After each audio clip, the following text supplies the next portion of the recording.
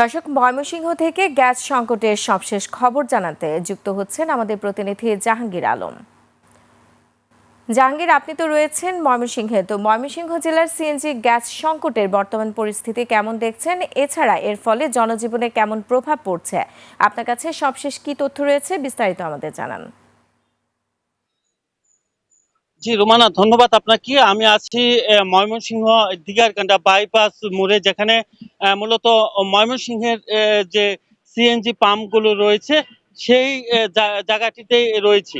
এখানে আসলে সারা দেশে 2-3 দিন আগে থেকে গ্যাস সংকট দেখা দিলেও ময়মনসিংহের চিত্রটা ছিল ভিন্ন। এখানে বিগত 1 মাস আগে থেকে কিন্তু এই তীব্র সংকট দেখে আসছে। আর এই 1 মাস আগে থেকেই ময়মনসিংহের যে প্রায় 15,000 সিএনজি চালক আছে তারা কিন্তু আন্দোলন করে আসছে যাতে নিয়মিত স্বাভাবিক নিয়মে তাদেরকে গ্যাস দেওয়া হয়। আমি যদি এখনো একটু দেখানোর চেষ্টা করি, কালকে রাত্র থেকে এবং এই এখনো পর্যন্ত অনেকে এই সিএনজি আমার পিছনে যে জায়গাগুলো আছে, এই যে দীর্ঘ লাইন, এই লাইনের মধ্য দিয়ে কিন্তু এখনো অপেক্ষা করতেছে মানুষ, যে সাধারণ মানুষ সহ অ্যাম্বুলেন্সের রুগী, অন্যান্য যে খাতগুলো আছে সেটিও। বাস্তবে যে অবস্থাটা হচ্ছে এখন, এই পরিবহনের সাথে জড়িত যে সেক্টরগুলো রয়েছে সেইগুলোও কিন্তু এখন এই দুর্ভোগের সাথে দুর্ভোগে পড়ে যাচ্ছে।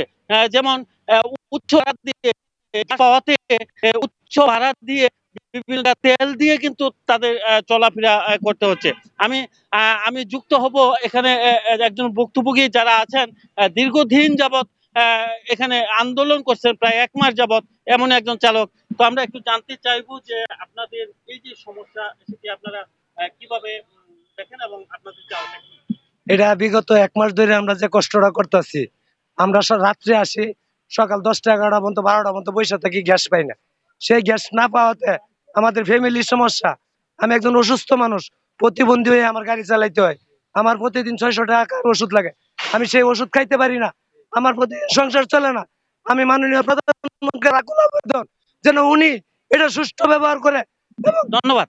আপনি যেমনটি শুনছিলেন, ওনারা সবাই কিন্তু এই জায়গা থেকে প্রধানমন্ত্রী দৃষ্টি কামনা করেছেন যে যাতে তারা স্বাভাবিক নিয়মে গ্যাস পায়। তো এই ছিল আমার কাছে গ্যাস পাম্পগুলো থেকে সর্বশেষ গ্যাস সংকটের খবর। জাহাঙ্গীর, আপনাকে ধন্যবাদ।